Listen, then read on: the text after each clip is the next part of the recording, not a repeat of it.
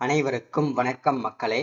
இந்த ஒரு வீடியோவில் நம்ம எதை பற்றி பார்க்க போகிறோம் அப்படின்னா, எல்லாருமே எதிர்பார்த்து கொண்டிருந்த ஒரு வீடியோ அப்படின்னு கூட சொல்லலாங்க. ஏன்னா நிறைய பேர் இந்த கூட்டுறவு வங்கி பயிர்க்கடன் மற்றும் நகைக்கடன் தள்ளுபடி வருமான்னு சொல்லிட்டு எல்லாருமே வெயிட் பண்ணிட்டு இருந்தோம் இல்லையா? அதற்கான நிதி ஒதுக்கீடு கொடுத்துருக்குறாங்க. அது மட்டும் இல்லாமல் கிட்டத்தட்ட 1447 கோடி நமக்கு தள்ளுபடி செய்ய போறதாகவும், அதுல 427 கோடி தள்ளுபடி செய்வதற்கான ஒதுக்கீடு செய்யப்பட்டிருக்கிறதாகவும் சொல்லியிருக்கிறாங்க. இதை பத்தின முழுமையான அப்டேட் தான் நம்ம பார்க்க போறோம். இந்த வேளாண் துறைக்கு ஓகேங்களா, இந்த வேளாண் துறைக்கு மட்டும் கிட்டத்தட்ட 45,661 கோடி நிதி ஒதுக்கி இருக்கிறாங்க. நகை மற்றும் பயிர்க்கடன் வேளாண் துறைக்கு மட்டும். சரிங்களா? இந்த 1427 கோடியும் தள்ளுபடி செய்ய போதாகவும் சொல்லியிருக்காங்க இல்லையா? அது எந்தெந்த கூட்டுறவு வங்கியில் இருப்பவர்களுக்கு, எத்தனை ஏக்கருக்கு உள்ளவர்களுக்கு இது பயிர்க்கடன் தள்ளுபடி செய்யப்படும், நகைக்கடன் எத்தனை யாராருக்கெல்லாம் தள்ளுபடி செய்யப்படும், இது எல்லா டீடைல்ஸுமே இந்த வீடியோவில் நம்ம தெளிவாகவும் துல்லியமாகவும் பார்த்து தெரிஞ்சுக்க போறோம். சரிங்களா?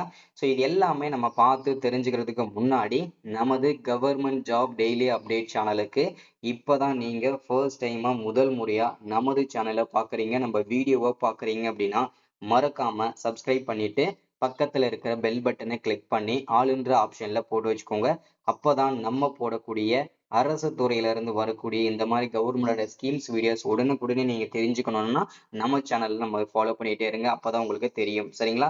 அது மட்டும் இல்லாம இந்த மாதிரி அப்டேட்ஸ் எல்லாம் பாத்தீங்கன்னாக்கா ரொம்ப ரொம்ப எல்லாருக்குமே பயனுள்ளதா இருக்கும். ஏன்னா நிறைய பேர் பாத்தீங்கன்னா இந்த வேளாண் கடன்கள்லாம் வாங்கிட்டு பயிர்க்கடன் வாங்கிட்டு கட்ட முடியாமல் ரொம்ப அவதிப்பட்டு இருக்கும் மக்களுக்கு எல்லாருக்குமே இந்த ஒரு செய்தி கேட்ட உடனே ஒரு மகிழ்ச்சிகரமான தகவல் வரும். ஸோ இது எல்லாமே பார்க்கலாம். வீடியோ ஸ்கிப் பண்ணாம பாருங்க. சரிங்களா? வரும் நிதியாண்டில் வேளாண் துறைக்கு மொத்தம் 45,000 அதாவது 2025 to 2026க்கான நிதி ஒதுக்கீடு செஞ்சிருக்காங்க.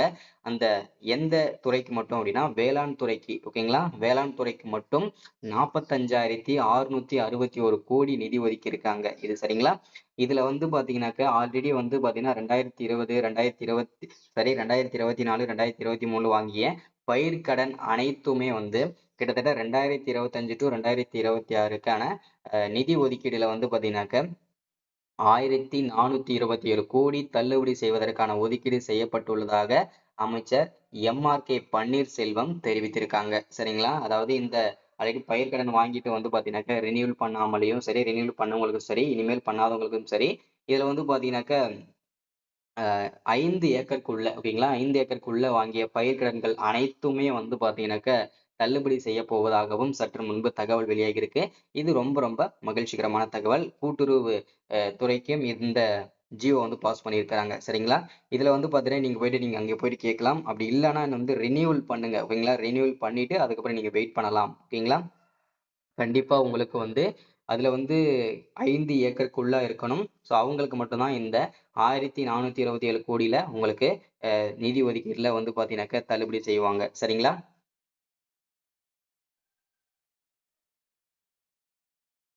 ஸோ அடுத்ததா 2025 to 2026ஆம் ஆண்டுக்கான தமிழக வேளாண்மை பட்ஜெட் உரையின் போது உழவர் நலத்துறை அமைச்சர் எம்.ஆர்.கே. பன்னீர்செல்வம் பேசியதாவது என்னன்னா, இதுவரை 54,000 கோடி பயிர்க்கடன் வழங்கப்பட்டுள்ளது. சரிங்களா? இது வரைக்குமே கிட்டத்தட்ட நமக்கு 54,000 கோடி பயிர்க்கடன் வழங்கியிருக்காங்க. அதுல பயிர்க்கடன் தள்ளுபடி திட்டத்தின் கீழ் தற்போது வரை 10,346 கோடி தொகையும் வட்டி தொகையும் தமிழ்நாடு அரசால் விடுவிக்கப்பட்டுள்ளன. சரிங்களா? 54,000 கோடியில 10,000 கோடி பாத்தீங்கன்னாக்க வட்டி முதல்ல மட்டுமே வருது அப்படின்ற மாதிரி சொல்லியிருக்காங்க. ஸோ இது எல்லாமே விடுவிச்சிருக்கிறாங்க. சரிங்களா? ஸோ அதுல பாத்தீங்கன்னாக்க செலவு பண்ணிட்டாங்கன்றதான் அர்த்தம். இப்போ 54,000 கோடியில 10,346 கோடி விவசாய பயிர் கடனுக்காக கொடுத்துருக்குறாங்க இது வரைக்குமே. ஸோ மீதி நிறைய இருக்கு. ஸோ அதை பாத்தீங்கன்னாக்க யாரெல்லாம் பயன்பெறலாம், ஸோ அதை எப்படி வாங்கணுன்றத அடுத்தடுத்து நம்ம பார்த்துக்கலாம். சரிங்களா? அடுத்ததா 2025ஆம் ஆண்டு முதல் 2026ஆம்ல 1,427 கோடி. சரிங்களா? தள்ளுபடி செய்வதற்கான ஒதுக்கீடு செய்யப்பட்டுள்ளது. நெல் கொள்முதல் மூலம் 297 கோடி நேரடியாக விவசாயிகள் வங்கி கணக்கில் வரவு வைக்கப்பட்டுள்ளது. 2025 to 2026 நிதியாண்டில் வேளாண்மை துறைக்கு மொத்தமாக 45,661.44 கோடி ஒதுக்கீடு செய்யப்பட்டுள்ளதுன்றத மென்ஷன் பண்ணியிருக்காங்க. சரிங்களா? இதுல எல்லா பயிர்க்கடனுமே அடங்கும். சரிங்களா? அதுல வந்து பாத்தீங்கன்னாக்க எல்லா பயிர்க்கடனுமே வந்து தள்ளுபடி செய்ய போவதாகவும் தகவல் கொடுத்திருக்கிறாங்க.